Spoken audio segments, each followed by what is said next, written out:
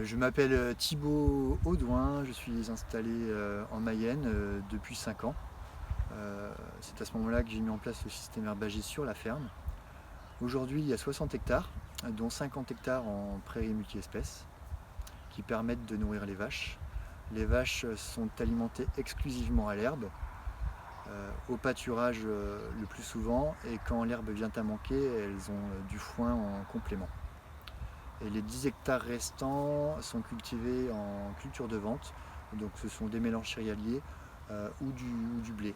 Voilà, ces cultures sont vendues et je garde la paille pour l'hiver pour les vaches.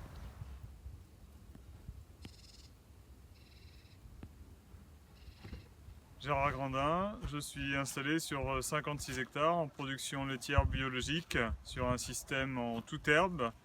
Donc il n'y a absolument aucune culture. Les animaux sont en vélage groupé de printemps et pâturent au maximum. La mise à l'herbe se fait début février pour une rentrée mi-décembre. Et les 3/4 de la ration annuelle sont composés d'herbes pâturées. Les stocks proviennent de la fauche des excédents en foin ou en rubanage. L'objectif de ce système est de réduire le temps de travail au maximum et d'améliorer l'efficacité économique.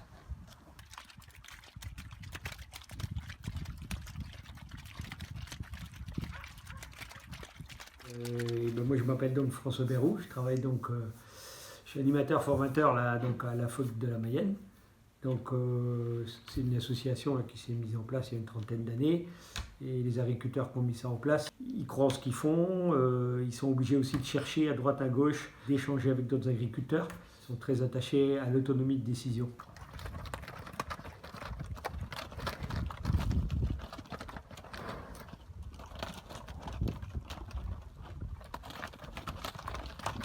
Je suis en monotraite depuis 3 ans, les vaches sont traitées donc une seule fois par jour.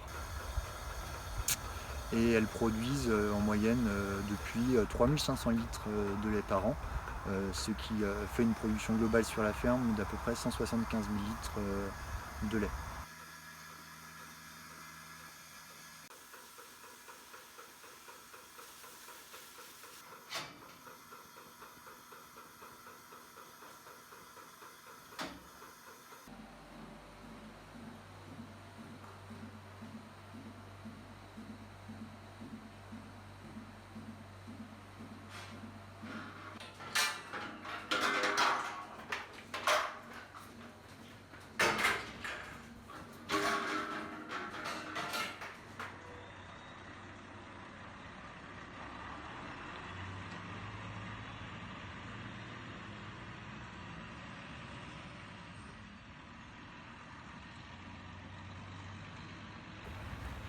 Pourquoi un système herbager?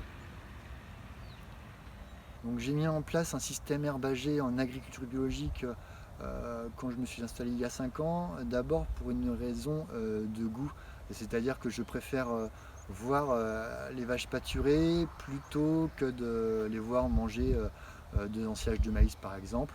Je préfère aussi moi conduire mes vaches au pâturage que de faire du tracteur pour récolter le maïs.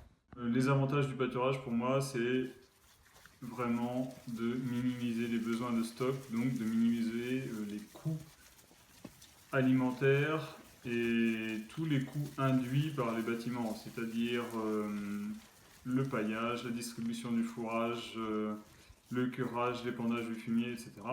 Plus les animaux sont au pâturage, plus ce sont eux qui font tous ces travaux-là, c'est-à-dire les travaux de récolte et d'épandage. Ce qui permet d'avoir un coût alimentaire global sur l'exploitation inférieur à 20 € les 1000 litres produits.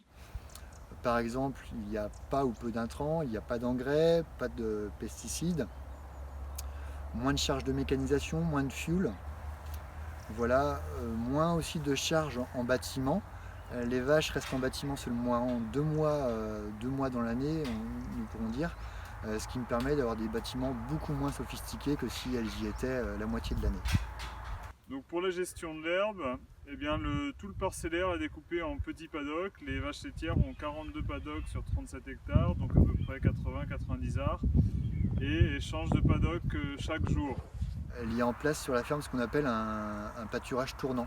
Donc un pâturage tournant, c'est quoi? c'est qu'on a divisé la surface en herbe, donc les 50 hectares, on les a divisés en à peu près 50 paddocks de 1 hectare environ. Et le troupeau de vaches tourne sur chaque paddock, l'un après l'autre, en y restant, selon la saison, entre 2 et 4 jours. Pour savoir comment effectuer le changement, dans quel sens faire la rotation, l'herbe mesurée avec un herbomètre, c'est un appareil qui permet de connaître, en faisant plusieurs points de mesure par parcelle, quelle quantité d'herbe disponible on a par paddock.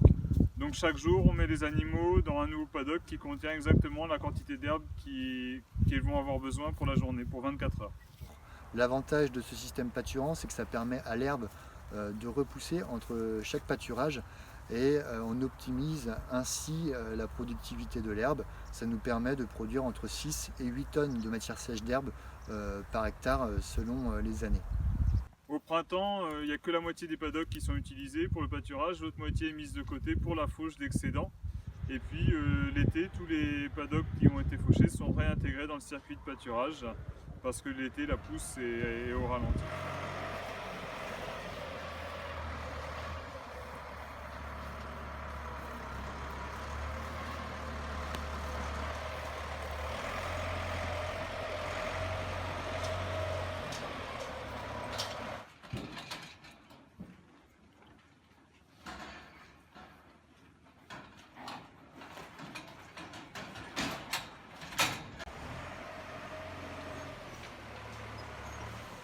L'objectif, c'est de vraiment caler la production laitière sur la pousse de l'herbe pour profiter au maximum du faible coût que l'herbe représente. Et l'agriculteur qui maîtrise quelque part ce qu'il fait, et alors qu'on est trop souvent, par ailleurs, l'agriculteur qui devient sous-traitant et qui applique des techniques, voilà, il y a un technicien qui passe, qui en fait une prescription, et puis il n'a plus qu'à appliquer. Le pâturage en quantité importante, c'est assez imbattable en termes de coûts, comme le disent les papes du système herbager, là, avec la vache qui a la barre de coupe à l'avant et l'épandeur à l'arrière. Donc tout ça, ça permet des coûts qui sont assez imbattables.